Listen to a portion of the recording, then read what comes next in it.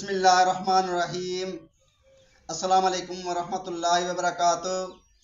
मैं हकीम मुनीर मुश्ताक और आप देख रहे हैं रमूज़ हिकमत यूट्यूब चैनल।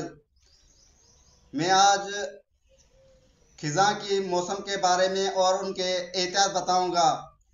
खिज़ां की मौसम जिसको सिंधी में सरव कहते हैं, ये मौसम सितंबर महीने से शुरू होती है, नवंबर तक चलती है, यानी 3 महीने तक ये खिज़ां मौसम चलती है।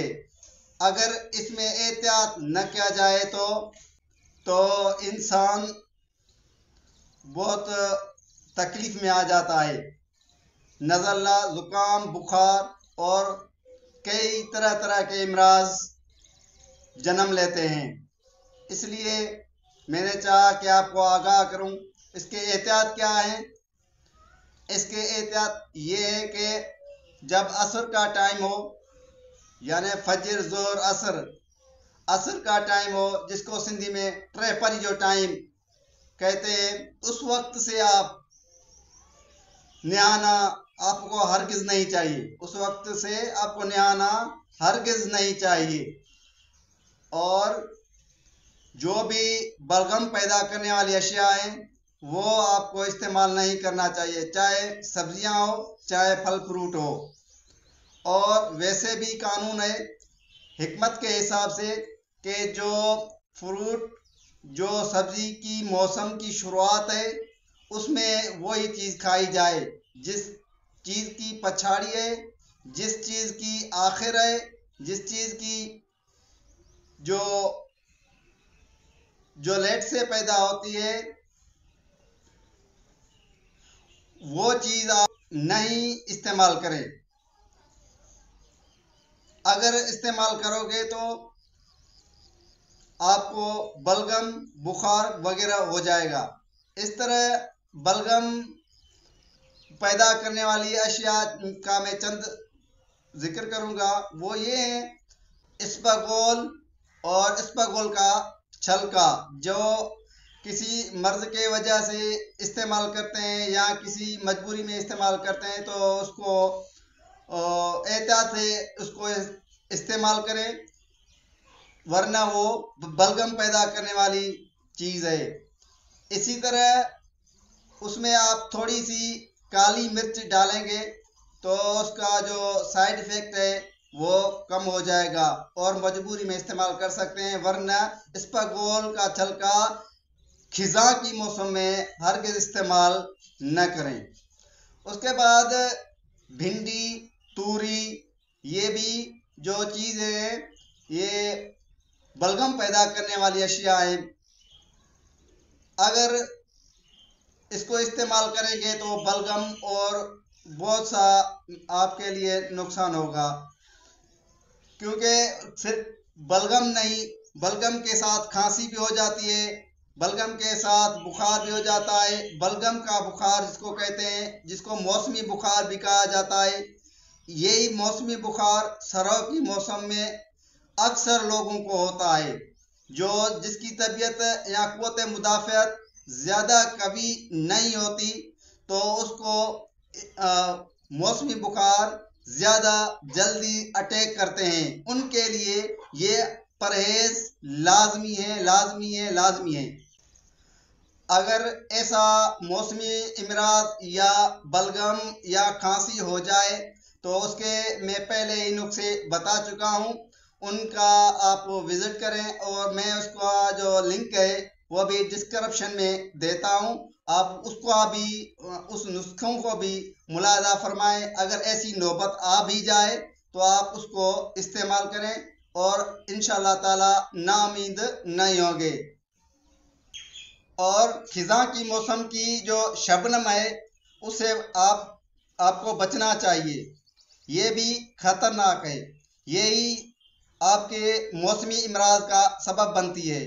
अगर आप बाहर आराम फरमाएं या बाहर आप सो जाएं तो मच्छरदानी लाजमी लगाएं। मच्छरदानी के ऊपर आप कपड़ा डालें जिसके सबब से जो शबनम के कतरे गिरें उस कपड़े के ऊपर गिरे तो आपको शबनम डायरेक्ट आपको न पहुंच सके। अगर शबनम न पहुंचेगी तो आप कई इमराज से, मौसमी इमराज से बच पाएंगे। ये भी एहतियात आपके लिए आम है।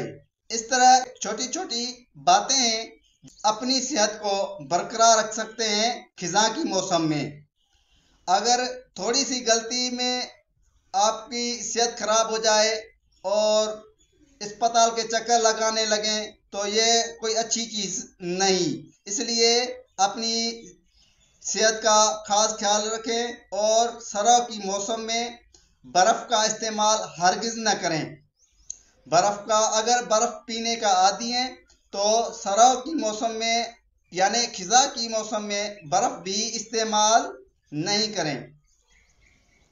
मतलब कि जो भी चीज़ बलगम पैदा करे हर उस चीज़ से आपको परहेज करनी है। अब चलते हैं नुस्खों की तरफ। ये सारी चीज़ें आपको पंसार से ही मिलेंगी। नुस्खा नंबर 1, ये आप देख रहे हैं ये अमलतास की फली है।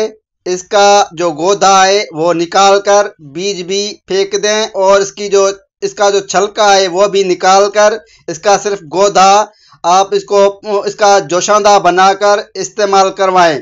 वो जोशांदा इस्तेमाल करवा सकते हैं और उसके अलावा आप इसको दूध में गर्म करके दूध में पका कर भी इस्तेमाल करवा सकते हैं। नंबर 2, ये आक का पौधा है यानी मदार का पौधा, उर्दू में आक कहते हैं और इसको दूसरी ज़बानों में अक, सिंधी में अक्का जो बूटो भी कहते हैं। इस नुस्खा में इसके सब्ज पत्ते यूज़ नहीं करेंगे, लेकिन जो पत्ते झड़ते हैं वो फीका पड़कर और फीका होने के बाद वो झड़ते हैं। जब फीका हो जाए इसका पत्ता हम वो हासिल करने हैं 1 किलो, यानी गुले मदार के, आक मदार के जो फीके पत्ते हैं वो हमें चाहिए 1 किलो। काला नमक आप देख सकते हैं ये आपको पंसार से मिलेगा। काला नमक 120 ग्राम। ये जो आप देख रहे हैं ये सुहागा है, ये सुहागा 120 ग्राम हासिल करें। ये आपको पंसार से मिलेगा और हर चीज़ को आप बारीक कूट लें। इन सारी चीज़ों को गिल हिकमत वाली जो मिट्टी का बर्तन होता है गिल हिकमत वाला, हम उसमें डालकर या फिर गिल हिकमत करके ओपलों की आग देनी है। ओपले तकरीबन 1 से 2 मन तक होने चाहिए। इसकी आग के बाद जब आग ठंडी हो जाए तो आप उसको ये मट्टी से ये गिल हिकमत वाला बर्तन निकाल कर आप खल करके सफ़ू बनाकर रखें। अब बात करेंगे इसके फ़वाइद की। अब ये कुश्ता बनकर तैयार हो गया। इसके फ़वाइद ये हैं कि ये दवा बलगम को खारिज करती है, दम में नमूनिया, खांसी, बुखार, मादे का दर्द, दस्त यानी मोशन, कहे और इस्तिखातनशीजी कैफियत में मुफीद है। तरकीब इस्तेमाल।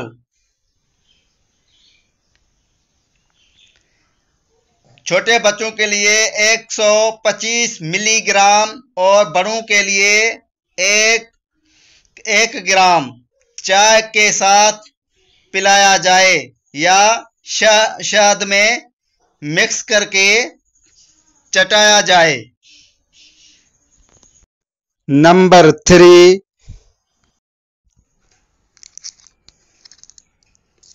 उसके अलावा आप ये भी इस्तेमाल करवा सकते हैं, लेकिन इसका साइड इफ़ेक्ट ये है कि ये बलगम को साफ़ करने के साथ साथ मनी को भी पतला करता है। इसका ये साइड इफ़ेक्ट है। ये मछली वाले कैप्सूल हैं, ये जो हैं एवियन, ये भी आप इस्तेमाल करवा सकते हैं बलगम को खारिज करने के लिए। जब तक न्यू वीडियो आए उस तक अल्लाह हाफिज़। अस्सलाम वालेकुम वरहमतुल्लाहि वबरकातुहू।